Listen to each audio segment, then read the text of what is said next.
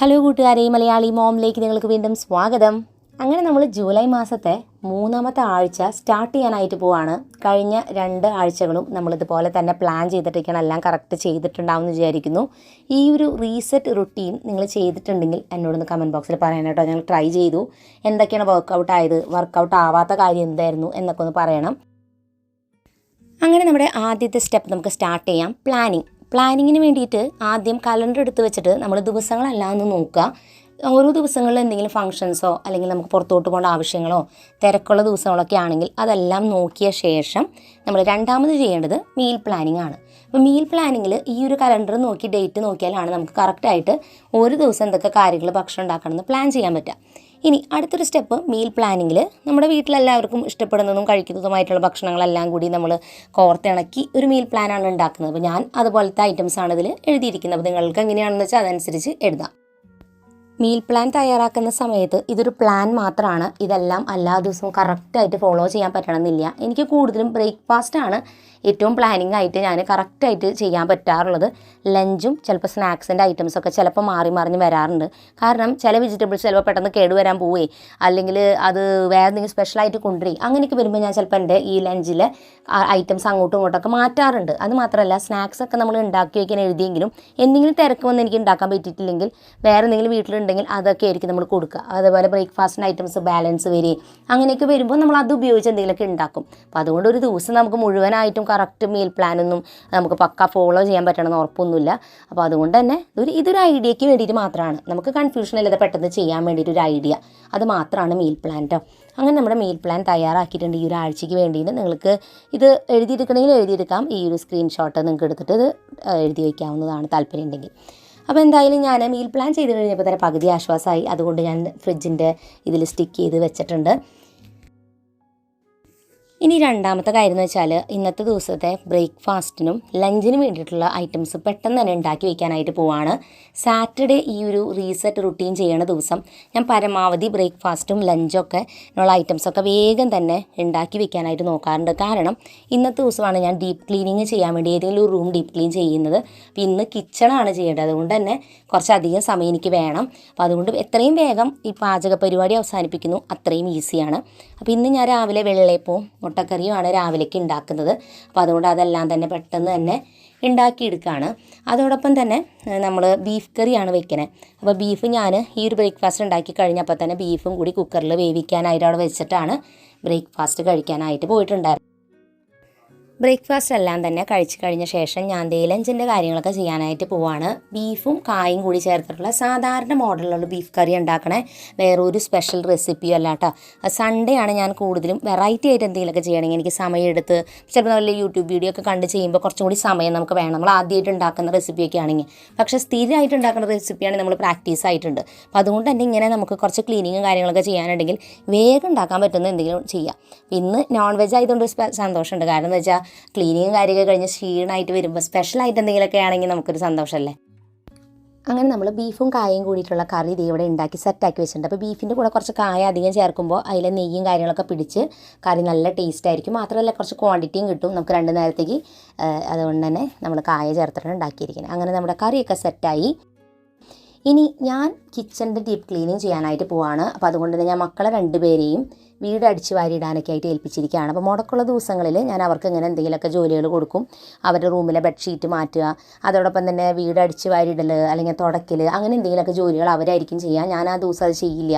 എന്നുവെച്ചാൽ ഞാൻ നേരത്തെ പറഞ്ഞില്ലേ, നമ്മളെല്ലാ ജോലിയും കൂടി തലയിലെടുത്ത് വയ്ക്കാൻ പോയാൽ നമ്മുടെ ആ ഒരു ഗോൾ, അതായത് ഡീപ്പ് ക്ലീനിങ് ഒരു റൂം ചെയ്യണമെന്ന് വിചാരിച്ചാൽ നടക്കില്ല. അപ്പോൾ ബാക്കിയുള്ള പണികളൊക്കെ ആരെങ്കിലും ചെയ്യണവരൊക്കെ ഏൽപ്പിക്കുക. അത് ചെയ്യുന്ന വൃത്തിക്കൊക്കെ മതി, അവർ പറ്റുന്ന പോലെയൊക്കെ ചെയ്യട്ടെ. അപ്പോൾ വീട് അടിച്ച് വാരിയിടാനൊക്കെ ആയിട്ട് ഏകദേശം ഒരു അരമണിക്കൂർ സമയം മാത്രമേ ആവശ്യമുള്ളൂ. പിന്നെ വീട് പൊടി തുടക്കില്ല അങ്ങനത്തെ കാര്യമൊക്കെ ചെയ്യാനായിട്ട് ഒരു 10-15 മിനിറ്റൊക്കെ മതി. പിന്നെ അവരുടെ റൂമിലെ ഷീറ്റ് മാറ്റൽ. അപ്പോൾ വീടിൻ്റെ ക്ലീനിങ്ങിൻ്റെ പണികളൊക്കെ ചില ദിവസം അവർക്ക് ചെയ്യാൻ നേരമില്ലെങ്കിൽ അത് സ്കിപ്പ് ചെയ്യും കേട്ടോ. ബെഡ്ഷീറ്റ് മാറ്റൽ മാത്രമായിരിക്കും അന്ന് ചെയ്യുക. അങ്ങനെ നമ്മുടെ കിച്ചൻ്റെ ഡീപ്പ് ക്ലീനിങ് സ്റ്റാർട്ട് ചെയ്യാനായിട്ടോ. ഞാൻ സമയവും കാര്യങ്ങളൊന്നും നോക്കാറൊന്നുമില്ല. തുടങ്ങിക്കഴിഞ്ഞ് ഏകദേശം ഞാൻ വിചാരിക്കുന്ന ജോലി കംപ്ലീറ്റ് ആവുന്ന വരെ ഞാൻ ചെയ്തുകൊണ്ടിരിക്കും. ചിലപ്പോൾ ലഞ്ചിൻ്റെ ടൈം കുറച്ച് ലേറ്റ് ആയാലും ഞാനത് ചെയ്ത് തീർത്തിട്ടാണ് പോവാറുള്ളത്. കാരണം പകുതിക്ക് വെച്ചിട്ടിട്ട് പോയാൽ പിന്നെ ഞാൻ വരില്ല അങ്ങോട്ട്. അതുകൊണ്ട് തന്നെ ഞാനത് ചെയ്ത് തുടങ്ങുകയാണ്. പിന്നെ കിച്ചൻ്റെ ക്ലീനിങ്ങിൽ ശ്രദ്ധിക്കുന്നൊരു കാര്യം എന്ന് വെച്ചാൽ എനിക്ക് ഏത് റൂമായാലും ഏറ്റവും ഇഷ്ടമില്ലാത്ത ഏരിയ, കുറേ അധികമുള്ള ബുദ്ധിമുട്ടുള്ള ഏരിയയാണ് ഞാൻ ആദ്യം ഒതുക്കുക. അത് കഴിഞ്ഞിട്ട് ഏറ്റവും ഈസിയുള്ള സ്ഥലത്തോട്ട് പോകും. അപ്പോൾ ഞാൻ പാൻട്രി ഷെൽഫാണ് ആദ്യം ഒതുക്കിയിട്ടുണ്ടായിരുന്നത്. അപ്പോൾ അതിലെ ബോട്ടിൽസ് എല്ലാം തന്നെ എടുത്ത് അതിൻ്റെ പൊടിയൊക്കെ തുടച്ച് ഫില്ല് ചെയ്യാൻ എന്തെങ്കിലുമൊക്കെ ഉണ്ടെങ്കിൽ ഫില്ല് ചെയ്തു. പിന്നെ ആ ഒരു ഷെൽഫെല്ലാം തന്നെ തുടച്ചെടുക്കുക, അങ്ങനത്തെ കാര്യങ്ങളൊക്കെയാണ് ആദ്യം ചെയ്തിട്ടുണ്ടായിരുന്നത്. നമ്മൾ ഡെയിലി ചെയ്യാത്ത കാര്യങ്ങളാണ് ചെയ്യുന്നുള്ളൂ, അല്ലാതെ എപ്പോഴും ഒരുവിധം ഒതുങ്ങിയൊക്കെ ഇരിക്കുന്ന ഏരിയ ഒന്നും ചെയ്യുന്നില്ല. തീരെ ശ്രദ്ധിക്കാത്ത ഏരിയാസൊക്കെയാണ് സാധാരണ ഡീപ്പ് ക്ലീനിങ് ചെയ്യുക. അപ്പോൾ ഒരുവിധ ഐറ്റംസൊക്കെ ഇങ്ങനെ സെറ്റായിട്ടാണ് ഇരിക്കുന്നത്. ജസ്റ്റ് പൊടി തുടച്ചാൽ മതി, അത്ര ചെയ്യാനുള്ളൂ. ഇതുവരെ എല്ലാം ഒതുങ്ങി നമ്മൾ ഓർഗനൈസ്ഡ് ചെയ്ത് എനിക്ക് പറ്റുന്ന പോലെയാണ് ഞാൻ വെച്ചിരിക്കുന്നത്. അപ്പോൾ ഇതിൽ ട്രേകളിലൊക്കെ കുറേ ഐറ്റംസ് വെച്ചിട്ടുണ്ട്. അപ്പോൾ ആ ട്രേ എടുത്ത് മാറ്റി കഴിഞ്ഞാൽ ജസ്റ്റ് അവിടെ പൊടി തുടച്ചാൽ അതെല്ലാം തിരിച്ച് അങ്ങോട്ട് വയ്ക്കാം, അത്രേ ചെയ്യാനുള്ളൂ. അപ്പോൾ നമ്മൾ ഇത്തിരി സമയം എടുത്ത മനസ്സ് വെച്ചാൽ ശരിക്കും പറഞ്ഞാൽ നമുക്ക് ചെയ്യാൻ അത്ര ബുദ്ധിമുട്ടൊന്നുമില്ല. പിന്നെ നമ്മൾ ഇടയ്ക്കൊക്കെ ഒന്ന് എപ്പോഴും ചെയ്യുമ്പോൾ ഒന്ന് ശ്രദ്ധിക്കുക വെക്കുന്ന ഐറ്റംസൊക്കെ. അത്ര ചെയ്താൽ തന്നെ നമ്മുടെ ഡീപ്പ് ക്ലീനിങ് എന്ന് പറഞ്ഞാൽ ഭയങ്കര ബുദ്ധിമുട്ട് ഫീൽ ചെയ്യില്ല. ഇത് നമ്മൾ ഒരിക്കലും ശ്രദ്ധിക്കാത്ത പോലെ ഇങ്ങനെ ഇട്ട് കഴിയുമ്പോഴാണ് കുറേ കഴിയുമ്പോൾ അത് ഭയങ്കര ബുദ്ധിമുട്ട് ഫീൽ ചെയ്യുക. പിന്നെ എന്തായാലും ഞാൻ അവിടെയുള്ള ഷെൽഫുകളെല്ലാം തന്നെ ഉള്ളിൽ തുടച്ച് ആ ബോട്ടിൽസൊക്കെ അങ്ങോട്ടും ഇങ്ങോട്ടൊക്കെ നീക്കിയൊക്കെയാണ് തുടയ്ക്കണേ. മുഴുവൻ പുറത്തോട്ടെടുത്ത് അങ്ങനെ വെക്കുന്നൊന്നുമില്ല. അപ്പോൾ അങ്ങനെ ഈ ഒരു ഷെൽഫ് നമ്മൾ കംപ്ലീറ്റ് ചെയ്തു. ഇനി എൻ്റെ തൊട്ട് താഴെ ഞാൻ സവാളയും വെളുത്തുള്ളിയൊക്കെ വെക്കുന്ന തട്ടൊക്കെ ഇരിക്കുന്നതിൻ്റെ ഉള്ളിലാണ്. പിന്നെ നമ്മൾ എക്സ്ട്രാ ഐറ്റംസൊക്കെ മേടിക്കുന്നത് ഞാനിങ്ങനെ ട്രേകളിലാക്കിയിട്ടെല്ലാം വെക്കണേ. പരമാവധി നമ്മൾ ഷെൽഫിൻ്റെ ഉള്ളിൽ ഷീറ്റ് വിരിക്കുക. അതോടൊപ്പം തന്നെ ഇങ്ങനെ ട്രേയിൽ വെക്കുകയാണെങ്കിൽ നമുക്കിത് ക്ലീനിങ്ങിൻ്റെ സമയത്ത് ഭയങ്കര ഈസിയാണ്. അത് മുഴുവനായിട്ടും പുറത്തോട്ട് എടുത്ത് വേഗം തുടച്ചതെല്ലാം തിരിച്ച് അങ്ങോട്ട് തന്നെ വെക്കുക. അപ്പോൾ അതുപോലെയാണ് ഞാൻ ചെയ്തിരിക്കുന്നത്. അപ്പോൾ ഈ ഷെൽഫിൻ്റെ ഡോറുകളും അങ്ങനത്തെ എല്ലാം തന്നെ തുടക്കി അതിൻ്റെ ഒപ്പം തന്നെ അതൊക്കെ ചെയ്യുന്നുണ്ട്. ഇങ്ങനെ ഒതുക്കുന്ന സമയത്ത് മാസത്തിലൊരിക്കലാണ് ഞാൻ കിച്ചൺ ഇങ്ങനെ ചെയ്യാറുള്ളൂ. അപ്പോൾ അതുകൊണ്ട് തന്നെ അതിൻ്റെ ഉള്ളിലിരിക്കുന്ന സ്റ്റോക്ക് ഐറ്റംസൊക്കെ നമ്മളൊന്ന് ചെക്ക് ചെയ്യുക, എന്തെങ്കിലുമൊക്കെ കഴിയാറായിട്ടുണ്ടോ മേടിക്കണോ എന്നൊക്കെ. കാരണം ചില ഐറ്റംസൊക്കെ മാസത്തിലൊരിക്കൽ മേടിച്ചാൽ മതി. അപ്പോൾ അതൊക്കെ ഈ ഒതുക്കുന്ന സമയത്താണ് നോക്കുന്നത്. അപ്പോൾ മാസത്തിലൊരിക്കലാണ് ഞാൻ ഇത്രയും ഡീറ്റെയിൽ ആയിട്ട് എല്ലാം പുറത്തോട്ട് എടുത്തൊക്കെ ഒതുക്കുള്ളൂ. അപ്പോൾ അതുകൊണ്ട് തന്നെ ആ ചെയ്യുന്ന സമയത്ത് അത് പ്രോപ്പറായിട്ട് ചെയ്യുക. ഇല്ലയെന്നുണ്ടെങ്കിൽ നമ്മൾ ഇടയ്ക്കിടയ്ക്ക് ക്ലീൻ ചെയ്യുന്നവരാണെങ്കിൽ കുഴപ്പമില്ല, നമ്മൾ അറിയും. പക്ഷേ വല്ലപ്പോഴും നമ്മളിങ്ങനെ ചെയ്യുമ്പോൾ അതൊന്ന് ശ്രദ്ധിച്ച് ചെയ്യാനായിട്ട് നോക്കുക. ഇനി ഞാനിതേ സവാളയൊക്കെ വെക്കാനായിട്ട് ഈ ഒരു കൊട്ടയാണ് യൂസ് ചെയ്യണം. അപ്പോൾ അത് ഫുൾ പൊടി തട്ടി ഈ ഒരു ഷെൽഫിൻ്റെ ഉള്ളിലാണ് ഇതൊക്കെ വെച്ചിട്ടുള്ളത്. അപ്പോൾ ഇതിൽ നമ്മൾ ഐറ്റംസ് സ്ഥിരം എടുക്കുന്ന ഒരു ഏരിയ ഇതുകൊണ്ടാണ് ഇത് കുറച്ച് ഒതുക്കേണ്ടിയൊക്കെ വരുന്നത്. അപ്പോൾ ഈ ഒരു ഏരിയ ഇനി അടുത്തത് പാത്രങ്ങളാണ് ഇരിക്കുന്നത്. ഗസ്റ്റൊക്കെ വരുമ്പോൾ ഞാൻ കറികളൊക്കെ ഉണ്ടാക്കാൻ ഉപയോഗിക്കുന്ന പാത്രങ്ങൾ, ഗ്ലാസ് പാത്രങ്ങൾ, അതല്ല ഇവിടെ ഇരിക്കുന്നത്. അപ്പോൾ അതൊക്കെ ഒന്ന് കുറച്ച് റീഅറേഞ്ച് ചെയ്തു, അത്ര മാത്രമേ ചെയ്യാനുണ്ടായിരുന്നുള്ളൂ. ചില ഏരിയ ഒന്നും കിച്ചൻ്റെ നമ്മൾ അധികം ഒന്നും ഓർഗനൈസ് ചെയ്യണമെന്ന് വരാറൊന്നുമില്ല. കാരണം ഇത് മുഴുവൻ എടുത്ത് പുറത്തെടുത്ത് എല്ലാ മാസം ഒന്നും ഒതുക്കേണ്ട കാര്യമില്ല. അപ്പോൾ ഞാൻ ജസ്റ്റ് അവിടെയൊക്കെ ഒന്ന് പൊടിയൊക്കെ ഒന്ന് തട്ടിക്കളഞ്ഞ് ആ ഡോറൊക്കെ ഒന്ന് തുടച്ച് വൃത്തിയാക്കി അത്രേ ചെയ്തുള്ളൂ. അപ്പോൾ കണ്ടില്ല, ഈ ഒരു സെക്ഷൻ കംപ്ലീറ്റ് ആയി, അത്രേ ഉണ്ടായിരുന്നുള്ളൂ.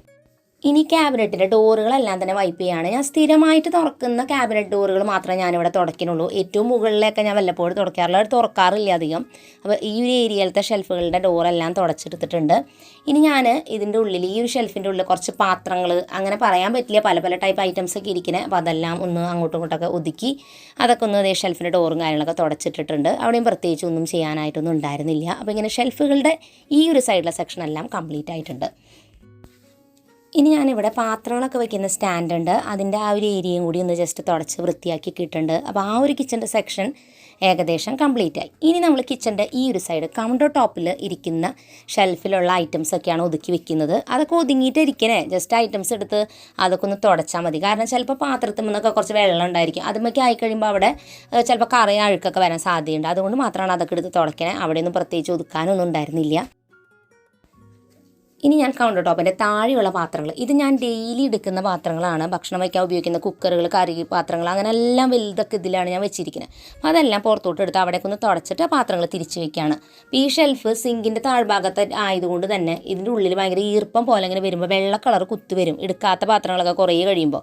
അതിൽ ഷെൽഫിൻ്റെ ഉള്ളിലും അങ്ങനെ വരാറുണ്ട് കേട്ടോ. അപ്പോൾ അതുകൊണ്ട് ഇടയ്ക്കൊക്കെ ഞാൻ എടുക്കുമ്പോൾ അവിടെ ഇങ്ങനെ തുടച്ചിട്ട്, അതിന് ഇതിന് വേണ്ടി സ്പെഷ്യൽ ടൈമൊന്നുമില്ല. ഇതിൽ നിന്ന് എടുക്കണ നേരത്തെ അഴുക്ക് കണ്ടാൽ അപ്പോൾ തുടച്ച് അങ്ങോട്ട് വെക്കും, അത്രയേ ഉള്ളൂ. എല്ലാത്തിൻ്റെ ഉള്ളിലും പ്ലാസ്റ്റിക്കിൻ്റെ ഷീറ്റും വിരിച്ചു കൊടുത്തിട്ടുണ്ട്. ഇനി ഞാൻ ഇപ്പുറത്താണ് മൺചട്ടികളൊക്കെ വെക്കുന്നത്. മൺചട്ടികളൊക്കെ എപ്പോഴും ഇതിലിങ്ങനെ ഇരുന്ന് കുറേ എനിക്ക് വെള്ളക്കുത്തൊക്കെ വരും കേട്ടോ. ഇനി ഞാൻ ഷെൽഫിൻ്റെ ഡോറുകളെല്ലാം തുടക്കുകയാണ്. ഈ ഒരു പോർഷനിൽ എപ്പോഴും ഇങ്ങനെ അഴുക്ക് വരും കേട്ടോ. കാരണം പാത്രങ്ങൾ കഴുകലും പിന്നെ ഭക്ഷണം വെക്കലൊക്കെ ഇവിടെ ആയതുകൊണ്ട് എപ്പോഴും അതിങ്ങനെ തുടയ്ക്കേണ്ടി വരാറുണ്ട്. ഇനി ഞാൻ കൗണ്ടർ ടോപ്പിലിരിക്കുന്ന പാത്രങ്ങളെല്ലാം തന്നെ ഒന്ന് തുടയ്ക്കുകയാണ്. ഈ ഒരു ഷെൽഫൊക്കെ ഇവിടെ ഇരിക്കുന്നുണ്ടല്ലോ, അപ്പോൾ അതെല്ലാം ഒന്ന് തുടയ്ക്കണം. ഇതിനു വേണ്ടി ഞാൻ നേരിയ ചൂടുവെള്ളം ഉണ്ടാക്കിയെടുക്കും. അപ്പോൾ പെട്ടെന്ന് തന്നെ അതിൽ അഴുക്കും കാര്യങ്ങളൊക്കെ പോവും. ആ വെള്ളം കൊണ്ടാണ് അവിടെ ഇരിക്കുന്ന ബോട്ടിൽസും ഐറ്റംസൊക്കെ തുടയ്ക്കുന്നത്. ഇനി ഞാൻ കൗണ്ടർ ടോപ്പ് ഏരിയ ഫുള്ളായിട്ടും തുടയ്ക്കുകയാണ്. അതോടൊപ്പം തന്നെ അവിടെയുള്ള ജനാല അങ്ങനെയുള്ള ഐറ്റംസ് ഒക്കെ തുടയ്ക്കണം കേട്ടോ. അപ്പോൾ ഇതൊക്കെ ഈ ഒരു മാസത്തിൽ ഒരിക്കൽ ചെയ്യുമ്പോൾ മാത്രം ചെയ്യുന്ന കാര്യങ്ങളാണ്. ഇനി കൗണ്ടർ ടോപ്പിൽ വെച്ചിരിക്കുന്ന ഈ ഒരു വൈറ്റ് ഷെൽഫ് അതെല്ലാം തന്നെ നേരിയ ചൂടുവെള്ളം കൊണ്ട് തുടയ്ക്കുമ്പോൾ ആ ഓയിലും കാര്യമൊക്കെ പോയി നല്ല നീറ്റായിട്ട് കിട്ടും. ഇനി അവിടെ വെച്ചിരിക്കുന്ന ഓർഗനൈസേഴ്സ് അങ്ങനെ എന്തെങ്കിലും ഉണ്ടെങ്കിൽ അതൊക്കെ വാഷ് ചെയ്ത് വെക്കുക.